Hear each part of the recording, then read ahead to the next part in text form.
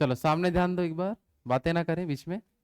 चलो आज के देख लो क्लास में हम गोली दर्पण के बारे में पढ़ने वाले हैं। कौन सा दर्पण पढ़ेंगे? चलो इससे पहले क्लास में जो हुआ था, इससे पहले हम पढ़े थे पूरा समतल दर्पण को लेके। किसको लेके? समतल दर्पण। चलो इधर बताओ सुयश, समतल दर्पण के बारे में बताइए। कोई वस्तु जितना अंदर होता है उतना बाहर भी रहता है। वी चाल से चलेंगे तो क्या होगा? दर्पण में क्या दिखेगा? बाकी लोग शांत रहिए। V2 की 2V। अच्छा पक्का ना? थीटा कोण से घुमाएंगे तो प्रतिबिंब कितना? थीटा कोण से यदि दर्पण को घुमाते हैं तो प्रतिबिंब कितना घूम जाएगा? शांत हो जाओ, मत बताओ, सुन रहा हूं मैं भी। उतना ही होगा। ठीक। सही है गलत है? गलत है सरासर, ठीक कितना थीटा घूम जाता है? 2। थीटा डिग्री से घुमाएंगे तो 2 थीटा घूम जाएगा। बात समझ आ पा रहा है? प्रतिबिंब निकाल, प्रतिबिंब की संख्या निकालने के लिए फॉर्मूला क्या लिखा था? 360/थीटा। और आंसर सम में आएगा कि विषम में? विषम में। अच्छा लेकिन कभी कभी पॉइंट में यदि आ जाएगा, मान लो 4.5 आ गया, तो उसमें पॉइंट को बस हटा कर आंसर देंगे, और 4 उसमें आंसर देंगे, उसमें विषम नहीं आएगा। अगर पॉइंट में आएगा तो पॉइंट हटा के आंसर देना है, और जो हम पॉइंट हटाए हैं वही काम, बस हमारा काम बस चलेगा।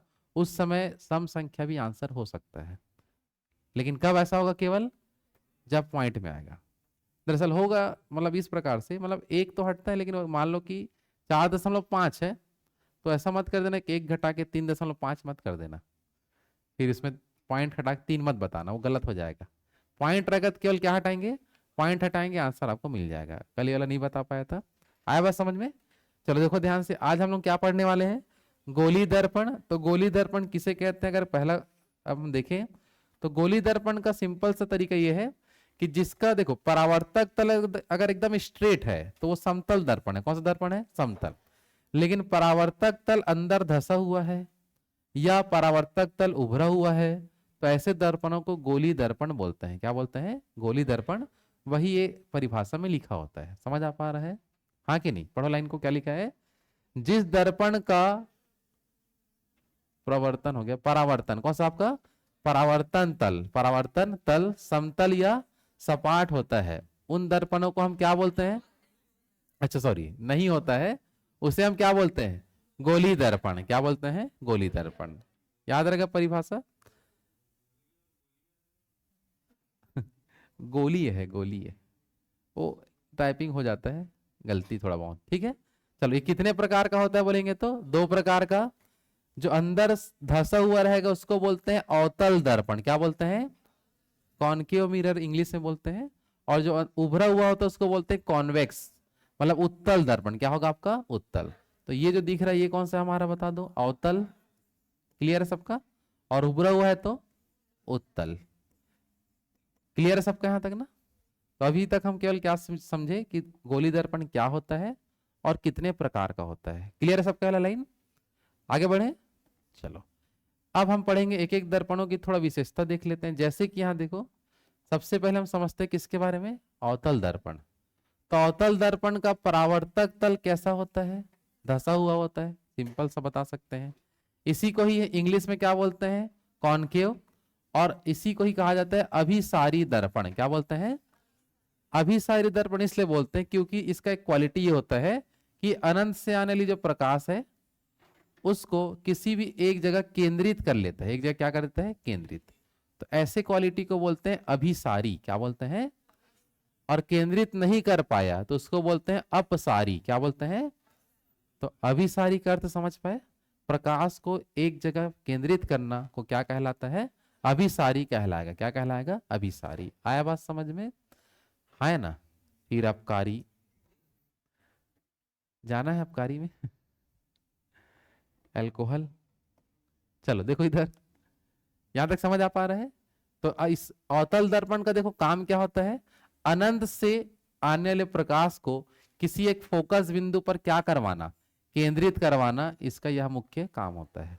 तो वही लाइन लिखा देखो ध्यान से, अवतल दर्पण का मुख्य कार्य अनंत से आते हुए प्रकाश को फोकस बिंदु पर क्या करवाएगा? केंद्रित। कराना किस दर्पण का कार्य होता है? अवतल दर्पण। अब इस चीज का यूज हम कहाँ कर सकते हैं? जैसे कि प्रकाश निकल रहा है, उसको हमको केंद्रित करवाना है, तो इसको हम लगा सकते हैं गाड़ी के हेडलाइट में। कहाँ लगा सकते हैं? जैसे गाड़ी का हेडलाइट जो होता है, जहां से हम लाइट चालू करेंगे, उसी के आगे हमारा कौन सा दर्पण लगा हुआ है? अवतल दर्पण। कौन सा दर्पण? अवतल। तो प्रकाश जब वहां से निकलेगा तो वो किसी एक जगह उसको केंद्रित करेगा और सीधा रोड पर उसको मारेगा लाइट को। अगर अवतल नहीं लगाएंगे तो पूरा फैल जाएगा, रोड दिखेगा ही नहीं सामने का। तो क्वेश्चन एग्जाम में बहुत आता है कि गाड़ी का जो हेडलाइट होता है सामने वाला, उसमें कौन सा दर्पण यूज होता है? अवतल दर्पण। और क्यों होता है अभी समझ गए? क्योंकि प्रकाश को क्या करता है? केंद्रित। अगर देखो जैसे कि इस प्रकार से प्रकाश जा रहा है, अगर मान लो कि ये इसी की लाइट समझ लेते हैं, या इधर से अगर लाइट अगर है, मान लो अगर प्रकाश इस प्रकार से जा रहा है और इसको मैं ऐसे केंद्रित करवा के इसको मैं रोड में डलवा देता हूं, तो रोड दिखेगा, है ना? लेकिन मान लो किसी को रोड के इधर उधर फेंक दिए लो, तो क्या रोड दिखेगा? पेड़ वेड़ दिखेगा आसपास का क्या दिखेगा? पेड़। दूर तक तो दिखेगा नहीं, आसपास ही पूरा हो जाएगा। समझ आ पा रहा है? इसलिए गाड़ी के हेडलाइट में किसका यूज करते हैं बता दो? अवतल दर्पण। जो हमारा टॉर्च वगैरह होता है, जिसको हम सर्च लाइट भी बोलते हैं, किसी चीज को जाएंगे तो ढूंढने के लिए, या टॉर्च जो वगैरह जो होता है, इसमें भी फ्रंट में कौन सा दर्पण लगा होता है? अवतल दर्पण। ताकि रोशनी एकदम सीधा जाए जहां पर मार रहे हैं, है ना? इसके अलावा देख लो सोलर कुकर। कौन सा कुकर? सोलर कुकर में क्या होता है? जैसे सूर्य किरण ऐसे आ रहा है, तो जहां पास, यहाँ पास जहां डिब्बा रखे होता है, जहां खाना रखा सकते हैं अपन, वहीं पास जो होगा प्रकाश इसमें जाके पड़ते जाता है, तो प्रकाश को क्या करवाएगा? केंद्रित। तो सोलर कुकर जो होता है उसमें भी क्या लगा होता है? अवतल दर्पण। इसके अलावा आंख, कान, नाक एवं दांत के डॉक्टरों के द्वारा भी इसका यूज किया जाता है, क्योंकि ये क्या होता है? छोटे चीज को बड़ा भी दिखा देता है। क्या कर देता है? छोटी चीज को क्या करता है? बड़ा रूप में भी दिखा सकता है ये उस दर्पण में। इसके अलावा इसका यूज करते हैं दाढ़ी बनाने में। क्या बनाने में? लेकिन दाढ़ी बनाने में जो नॉर्मल देखते हैं समतल दर्पण अपन यूज करते हैं, ये बड़े बड़े आदमी लोग करते हैं, ठीक नहीं? जो बहुत महंगा होता है, वहां कौन सा दर्पण लगा होता है? अवतल दर्पण। और ऐसी 10 रुपए 20 रुपए वाले में समतल दर्पण लगवा देते हैं। समझ आ पा रहे हैं कि नहीं? क्योंकि देखो जो फेस है थोड़ा बड़ा दिखेगा, समझ आएगा कि ठीक बना है कि नहीं बना है, ठीक नहीं? तो वो सब के लिए थोड़ा इमेज बड़ा दिखना चाहिए, है ना? और मान लो कि इसके अलावा दूसरा लगा देंगे, उत्तल लगा देंगे, तो बड़ा तकलीफ हो जाएगा और समझ ही नहीं आएगा। अवतल लगाएंगे तो ही समझ में आ पाता है, ठीक है? तो नियम के हिसाब से दाढ़ी बनाने में किसका यूज होना चाहिए? अवतल दर्पण। लेकिन हम लोग किसका करते हैं? समतल दर्पण। आ रहा बात समझ में? तो समतल दर्पण अभी देखो अवतल दर्पण का खास बात क्या है कि इसका परावर्तक तल क्या होगा? धसा रहेगा। इंग्लिश में कॉनकेव। कार्य के हिसाब से, अभिसारी कार्य के हिसाब से। और कार्य समझ गए क्या है? दूर से आने वाले प्रकाश को फोकस बिंदु पर क्या करवाएगा? केंद्रित करवा देगा, जिसके कारण इसका यूज हम इन सभी स्थानों पर कर सकते हैं। सबसे ज्यादा एग्जाम में ये लाइन आता है, गाड़ी के हेडलाइट में कौन सा दर्पण लगा होता है? तो क्या बताओगे? अवतल दर्पण। क्लियर है सबका? और डॉक्टरों के द्वारा इसका यूज क्यों करते हैं? ताकि छोटा चीज बड़ा दिखे। लेंस वेंस को यूज नहीं कर सकते, नहीं ताकि खराब हो जाएगा उनका। लेंस यूज तब करते हैं जब आंख में प्रॉब्लम होता है, इसका यूज तब करेंगे जब हम छोटा चीज को बड़ा देखना चाहते हैं। बात समझ पा रहे हो? हाँ है ना? आगे बढ़े, चलो। इसके बाद नेक्स्ट हम देखेंगे उत्तल दर्पण। कौन सा दर्पण?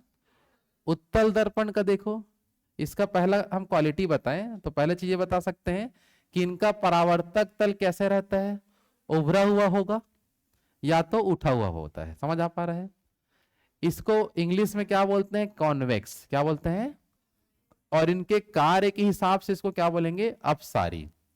क्योंकि ये अनंत से आने वाले प्रकाश को केंद्रित नहीं कर रहा है, ये क्या कर रहा है? अन्य दिशा में क्या करवा दे रहा है? फैला देता है। तो इस क्वालिटी को क्या बोलते हैं? अपसारी। क्या बोलते हैं? समझ आ पा रहा है? तो उत्तल दर्पण का कार्य क्या होता है? अनंत से आने वाले प्रकाश को चारों दिशा में क्या कर देना? फैला देना ही इसका क्या होता है? कार्य। आया बात समझ में? हाँ कि नहीं? और इसका काम ये होता है कि बड़े से बड़े वस्तु को छोटा करके दिखाएगा। क्या करके दिखाएगा? छोटा। गाड़ी का जो हमारा साइड ग्लास होता है उसमें लगा होता है उत्तल दर्पण। कौन सा दर्पण? बड़ा से बड़ा ट्रक छोटे से दर्पण में दिख जाता है। तो यही इसका यूज है। समझ आ पा रहा है कि बड़े से बड़े चीज को क्या कर सकते हैं? छोटा करके दिखा सकते हैं।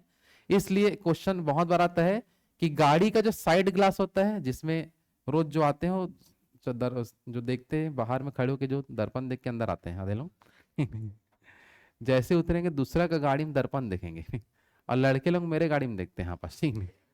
वो रोज टेढ़ा रहेगा वो, ठीक है। सीधा करके रात में रखे रहता हूँ, सुबह वो टेढ़ा हो जाता है, ठीक है। तो इससे ये समझ में आता है कि गाड़ी लॉक करूंगा, दर्पण को लॉक करूँ, ठीक है। तो बात समझ पा रहे हो? तो इसमें क्या होता है, गाड़ी का जो कौन सा ग्लास, साइड ग्लास, इसमें क्या लगी होती है, उत्तल दर्पण। इसके अलावा गली या रोड में जो स्ट्रीट लाइट वगैरह होता है, स्ट्रीट लाइट इसमें इसलिए यूज करते हैं स्ट्रीट लाइट में, ताकि जैसे अपन स्ट्रीट लाइट अपन देखें यहां से इस प्रकार से, तो प्रकाश बहुत ज्यादा दूर तक फैल सके, इसलिए स्ट्रीट लाइट में कौन सा दर्पण लगा होता है, उत्तल दर्पण। और मान लो किसी में मैं अवतल लगा दूं, क्या लगा देता हूं, अवतल, तो अवतल लगाने से एक ही जगह में बस फोकस जाएगा, आसपास में जाएगा क्या, नहीं। तो इसलिए स्ट्रीट लाइटों में भी कौन सा दर्पण होता है, उत्तल दर्पण, ताकि वो प्रकाश को क्या कर दे, फैला दे, और सब जगह बैडमिंटन खेल सके। आजकल वही हो रहा है, जहां जाओगे, जहां लाइट लगा वहां बैडमिंटन खेलते हैं ठंडी के समय में।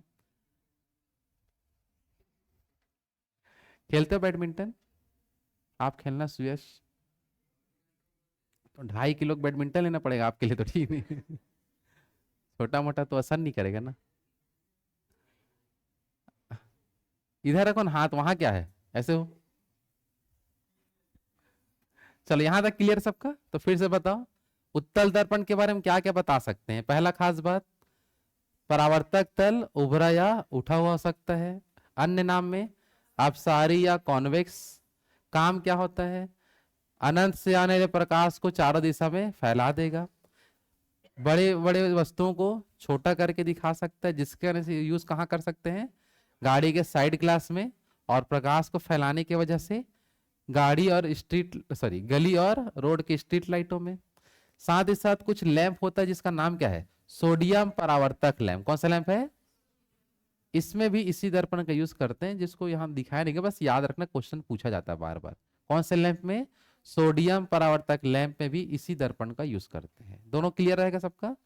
तो एक बार दोनों बता दो। अवतल के बारे में क्या क्या सीखे, जल्दी बताओ। परावर्तक तल धंसा हुआ रहेगा, या समझ आ रहा है, अनंत से आने वाले प्रकाश को केंद्रित करेगा, इसलिए इसका नाम क्या पड़ गया, अभिसारी। यूज में हम बहुत सारे देख सकते हैं, छोटे वस्तु को बड़ा करके दिखा देता है, तो डॉक्टरों के द्वारा भी इसी को रखेंगे। और गाड़ी में कहाँ पास लगता है, हेडलाइट में, इसी का हम यूज करेंगे। समझ आ पा रहा है? सर्च लाइट वगैरह में भी अवतल का, लेकिन गाड़ी के साइड ग्लास में उत्तल, क्योंकि बड़ी चीज को छोटा दिखा देता है। अब समझ, अगर मान लो उल्टा दर्पण लगा दिए तो बड़ा बड़ा ट्रक कर से टायर बस दिखेगा, ठीक है। कौन सा गाड़ी पता ही नहीं चलेगा, क्योंकि बड़ा वस्तु को छोटा करना है तो ठीक है, वो छोटा को और बड़ा कर देगा, तो बड़ा सा जो ट्रक है वो डबल टिबल दिखेगा। तो कुछ समझ आ गया क्या, नहीं। इसलिए कौन सा दर्पण लगाना है, जल्दी बताओ। उत्तल दर्पण साइड ग्लास में लगाया जाता है। आया बात समझ में? कर लोगे यहां तक? चलो अब आते हैं इन्हीं दोनों दर्पणों की कुछ खास बातें हैं, जैसे कि कुछ कुछ शब्द है, जैसे कि पहला शब्द है हमारा वक्रता त्रिज्या। क्या है, बता दो। वक्रता त्रिज्या क्या होता है उसको समझना। तो इसमें यह बताया गया वक्रता त्रिज्या में कि देखो, गोली दर्पण किसी न किसी गोले का एक टुकड़ा होता है, तो उसका कुछ ना कुछ आपका केंद्र होगा, कुछ ना कुछ क्या होगा, बता दो, केंद्र। तो ये जो गोले का जो सेंटर पॉइंट होता है, जिसको हम आर से दर्शाते हैं, किसे दर्शाते हैं, आर, इसी को बोलते हैं वक्रता त्रिज्या। क्या बोलते हैं, क्योंकि ये किसी न किसी किसका हिस्सा है, गोले का ही कुछ ना कुछ काट के इसको बनाया जाता है। तो ये गोले का जो केंद्र बिंदु होता है, इसी का हम क्या बोलेंगे, वक्रता त्रिज्या। यहां तक समझ में आ रहा है? चाहे ये लो चाहे दूसरा लो, मतलब वही होता है। हाँ है ना? जल्दी बताइए। तो वक्रता त्रिज्या क्या है, समझ पा रहे हो? तो वही देखो, यहाँ लाइन लिखा है, अवतल या उत्तल दर्पण किसी एक गोले का हिस्सा होता है। इस गोले के केंद्र से दर्पण तक खींची गई रेखा, गोले के केंद्र से दर्पण तक खींची गई रेखा वक्रता त्रिज्या कहलाता है। क्या कहलाता है, वक्रता त्रिज्या। उत्तल दर्पण की वक्रता त्रिज्या जो होती है, ये कौन सा, ये देख लो कौन सा है, उत्तल दर्पण।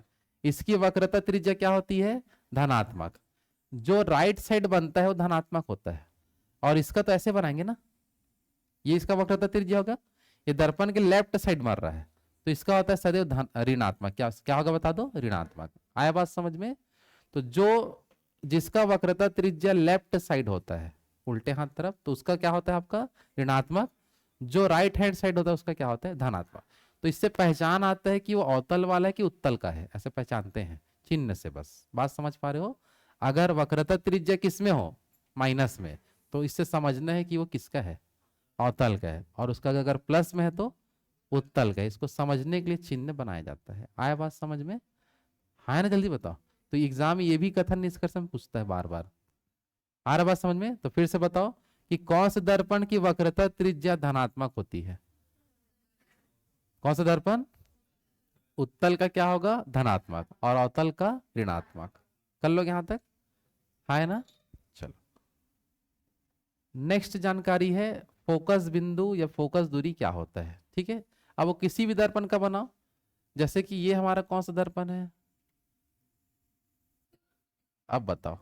अवतल कौन सा दर्पण है, पीछे किसका लेपन होता है, सिल्वर ब्रोमाइड। ठीक है, तो यहां इनका केंद्र बिंदु था, इसको अपन सेंटर पॉइंट बोलते हैं।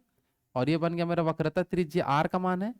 तो ये जो पूरा का पूरा आर का वैल्यू है, और आर का यदि मैं आधा ले लेता हूं, वक्रता त्रिज्या का जो आधा होता है इसी को बोलते हैं फोकस बिंदु। क्या बोलते हैं, ये हमारा केंद्र बिंदु है ना, सेंटर पॉइंट है, सी से दर्शाते हैं इसको अपन। और ये पूरा यहां से यहां तक पूरा किसका वैल्यू है, आर का। किसका वैल्यू है, और आर का जो आधा होता है इसी का हम क्या बोलते हैं, फोकस बिंदु। और कुछ नहीं है, बस ये याद रखना। क्लियर सबका, देखो ये वही यहाँ लिखा है, वक्रता त्रिज्या की आधी दूरी, ये पूरा यहां से यहां तक क्या है वक्रता त्रिज्या, इसकी क्या बता दो, आधी दूरी, फोकस दूरी या फोकस बिंदु कहलाता है। क्या कहलाता है बता दो, फोकस दूरी या फोकस बिंदु कहलाएगा। यहां तक सबको समझ में आ रहा है। इसी फॉर्मूला क्या बन जाएगा, F equal to R upon two, F बराबर आर बट्टे क्या हो जाएगा 2। ठीक है, फिर वही चीज लिख दिया, उत्तल दर्पण की फोकस दूरी धनात्मक और अवतल का क्या होगा ऋणात्मक। तो इसको हम एफ किससे दर्शाएंगे, माइनस से। इधर बनेगा तो प्लस। तो माइनस कब होता है जल्दी बताओ, जब लेफ्ट साइड को भी बातचीत हो रहा है, और प्लस कब जब होगा, राइट साइड जब होता है। तो समझ जाओगे इतना, आया बात समझ में। चलो तो फिर से बताओ, दोनों लाइन क्लियर है। वक्रता त्रिज्या किसे कहते हैं, तो क्या बताओगे, किसी भी दर्पण के केंद्र बिंदु से जो दर्पण तक खींची गई रेखा क्या कहलाती है, वक्रता त्रिज्या। और वक्रता त्रिज्या का जो आधा होता है उसको क्या बोलते हैं, फोकस दूरी या फोकस बिंदु बोल सकते हैं। आया बात समझ में। चलो अब डिसाइड होता है कि दर्पण की शक्तियों के बारे में, दर्पण की किसके बारे में, शक्ति को लेके क्या क्या आपको समझना है, पावर को लेके। तो यहां पर देखो एक लाइन ये लिखा है कि P इक्वल टू, चलो यहां देख लो, P इक्वल टू होता है 1/f। इसका मतलब ये है, आपको सिंपल ये बताना है, ये फॉर्मूला है कि पावर जो होता है वो फोकस दूरी के विपरीत होता है। फोकस दूरी जितना ज्यादा होगा उतना ही दर्पण का पावर कम होता है। समझ आ रहा है, फोकस दूरी जितना करीब होगा, जितना पास होगा, मतलब जितना कम होगा, उतना ही उसका पावर ज्यादा होता है। तो फोकस दूरी के विपरीत कौन काम करता है, शक्ति। समझ आ पा रहा है, तो देखो वही लिखा है, फोकस दूरी का व्युत्क्रम ही शक्ति कहलाता है। व्युत्क्रम मतलब उल्टा, एक के बट्टे में लिखना मतलब व्युत्क्रम होता है। समझ आ पा रहा है, तो फोकस दूरी के व्युत्क्रम को ही क्या बोलते हैं, पावर। तो कथन निष्कर्ष हम क्या बोलेगा कि किसी वस्तु की फोकस दूरी अधिक होने पर पावर की गणना कीजिए। कम होगा, ज्यादा होगा, बराबर होगा, ऐसे लिखा रहता है। तो फोकस दूरी ज्यादा है तो शक्ति क्या होगा, कम। तो उसमें हम बताते हैं। आया बात समझ में, जल्दी बताइए। क्लियर है यहां तक सबका। इसी के बारे में देख लो और क्या हमको बताया यहाँ, कि वस्तुओं को सदैव दर्पण के किस ओर रखा जाएगा, बाईं ओर। वस्तु को सदैव किस ओर रखते हैं, बाईं ओर, ये भी आपको ध्यान रखना है। और वस्तु की दूरी सदैव क्या होगी, ऋणात्मक। क्यों ऋणात्मक होगा, क्योंकि उसको किससे रखे हैं, जो चीज लेफ्ट साइड आया वो सब चीज ऋणात्मक होगा। समझ आ पा रहे हैं, तो वस्तु की दूरी भी क्या होगी, ऋणात्मक। आया बात समझ में। तो चिन्ह आपको बहुत याद रखना है। उत्तल दर्पण का बातचीत करेंगे तो पूरा धनात्मक चलता है ना। और अवतल दर्पण का पूरा क्या होता है, ऋणात्मक। लेकिन यदि आप उत्तल दर्पण लिए भी हो तो वस्तु को लेफ्ट साइड ही रखेंगे। किधर रखेंगे अपन, लेफ्ट साइड। कि वस्तु को सदैव, यहां लिख देना सदैव, मतलब कोई भी दर्पण हो उससे मतलब नहीं है, वस्तु को हमेशा बाईं ओर रखना है, लेफ्ट साइड, चाहे वो कोई भी दर्पण हो। जैसे हम बात करें यहाँ पर, अगर मैं उत्तल दर्पण भी इसको लेता हूं, ये कौन सा दर्पण है, तब भी वस्तु को मेरे को इधर ही लिखना पड़ेगा, है ना। और चाहे मैं कौन सा दर्पण लूं, अवतल दर्पण भी लूंगा, तब भी मेरे को वस्तु को लेफ्ट साइड ही रखना है, ये याद रखना। समझ आ पा रहा है।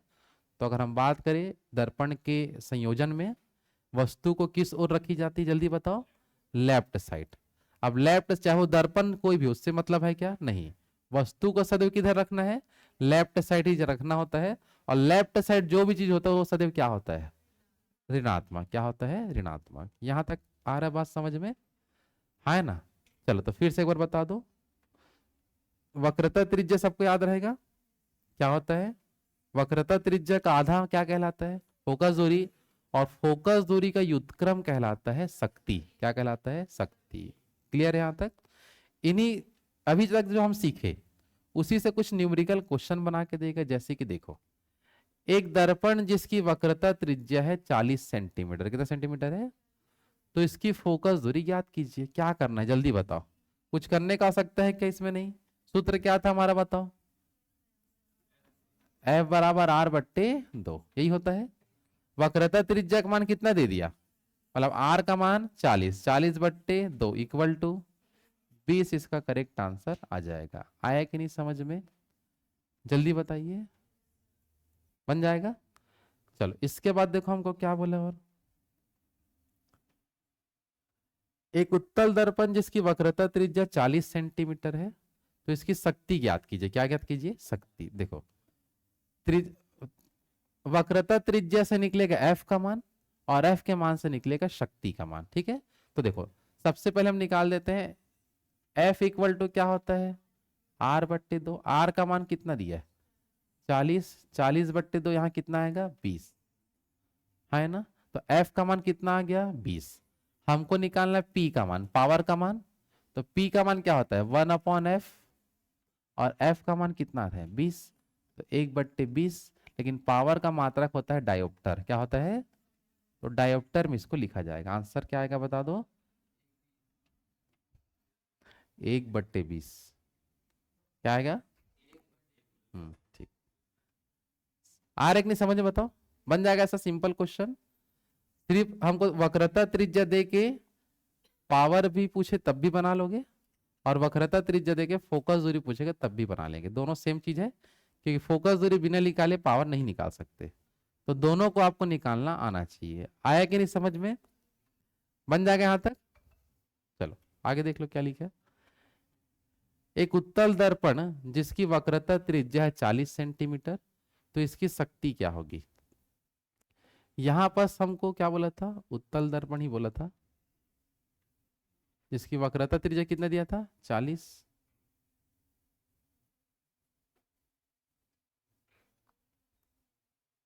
सेम है क्या क्वेश्चन,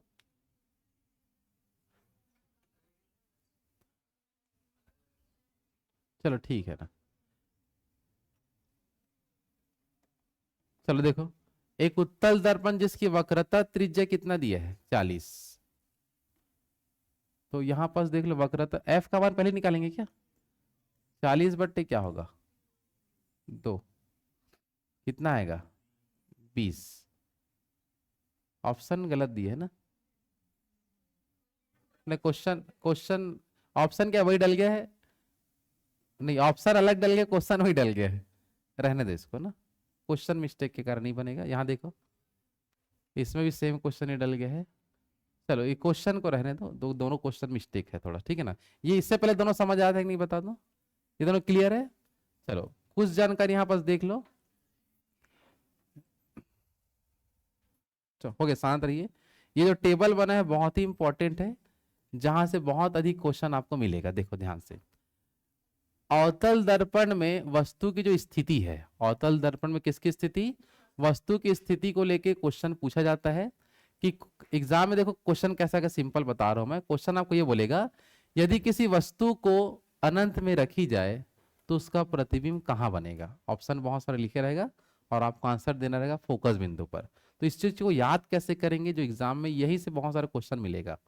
बस आपको वस्तु का पोजीशन दे देगा, बोलेगा कि वस्तु को मैं भाई अनंत और वक्रता केंद्र के बीच में रखूंगा, ठीक है ना, तो वो उसका प्रतिबिंब कहाँ बनेगा, ऐसा करके। आया बात समझ में। तो ऐसे क्वेश्चनों को देखो कैसे बनाएंगे, ध्यान देना सब लोग।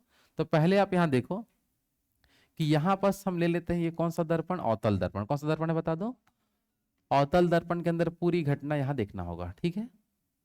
चलो अब इस अवतल दर्पण में देखो ध्यान से, यहां से यहां तक मैं लेता हूँ, ये इसका मान लो केंद्र बिंदु है। कौन सा बिंदु है? सी है, या इसको बोलते हैं वक्रता केंद्र। क्या बोलते हैं? वक्रता केंद्र। ये वक्रता त्रिज्या का आधा क्या कहलाता है? फोकस दूरी। क्या कहलाएगा? फोकस। और इससे आप पीछे जितना जाओगे तो आपका एक कुछ बिंदु मिलेगा, या जो भी, इसको बोलेंगे अनंत। क्या बोलेंगे? अनंत।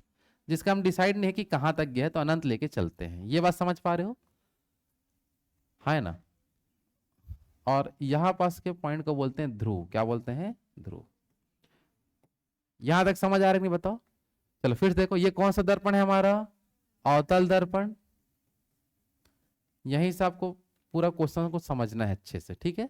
और हम केवल अध्ययन अवतल दर्पण का ही बस इसमें करते हैं, कभी भी उत्तल दर्पण का ऐसा अध्ययन नहीं होता।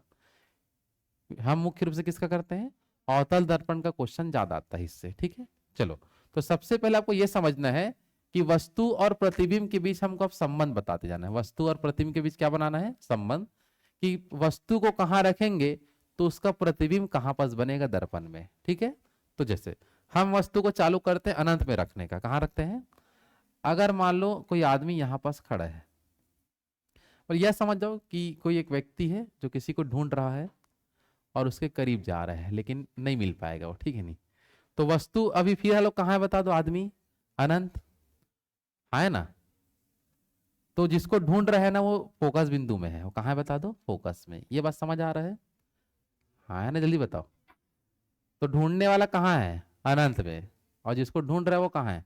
फोकस में। मतलब ढूंढ रहा है मतलब वो प्रतिबिंब है। समझ आ पा रहा है? याद रहेगा सबको?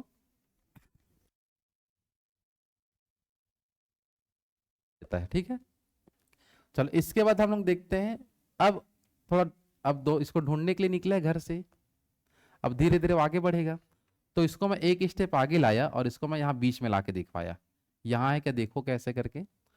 तो अनंत और इसको बोलेंगे वक्रता केंद्र। क्या बोलते हैं?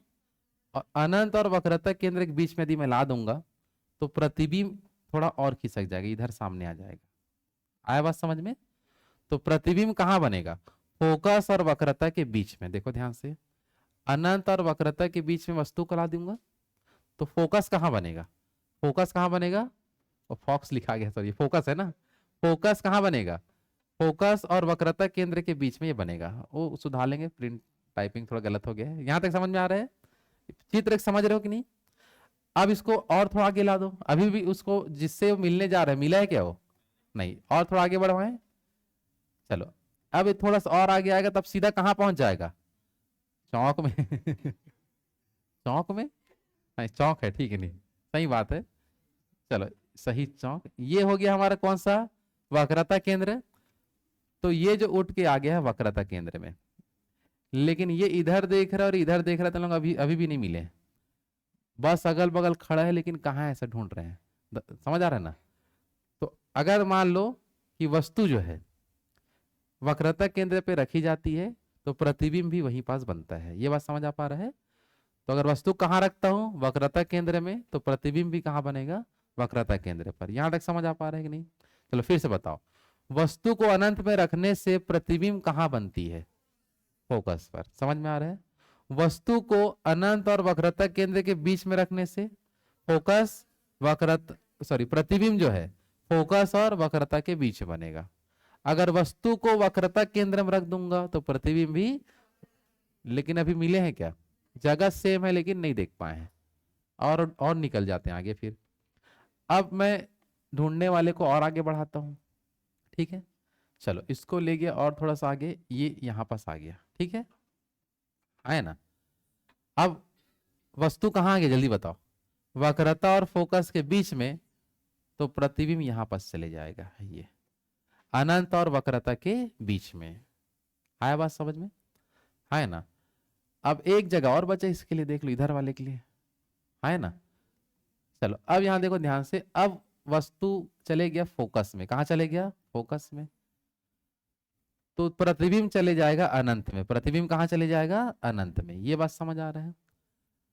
अब अनंत के आगे तो इधर कुछ नहीं होता है ना, लेकिन इसके लिए एक जगह और बच गया, ध्रुव और फोकस का बीच में और ढूंढ के आ जाता हूँ बोल रहा है, उसके आगे वो भी नहीं जा पाएगा फिर, ठीक है। तो इसको एक स्टेप यदि मैं और बढ़ाता हूँ आगे, तो ये कहाँ चले जाएगा, फोकस और ध्रुव के बीच में, तो इसके लिए कुछ जगह है क्या, तो ये गायब हो जाएगा, क्या हो जाएगा, गायब। और गायब होने का मतलब ये होता है कि ये दर्पण के पीछे आग छुप गया है कहाँ के छुप जाएगा, दर्पण के, सॉरी पीछे नहीं, दर्पण के, हाँ पीछे बोल सकते हैं, चले जाता है। तो दर्पण के पीछे चले जाएगा तो क्या प्रतिबिंब बनेगा, नहीं। तो आप सिंपल ये समझना है कि वस्तु को कहाँ रखने पर प्रतिबिंब नहीं बनती है। तो फोकस और ध्रुव के बीच में यदि वस्तु आ गया तो क्या प्रतिबिंब बनेगा, क्योंकि उस समय प्रतिबिंब कहाँ चले जाता है, दर्पण के पीछे चले जाता है, जो प्रतिबिंब नहीं दिखेगा आपका। तो ये इतने कंडीशन होते हैं एग्जाम में पूछने का।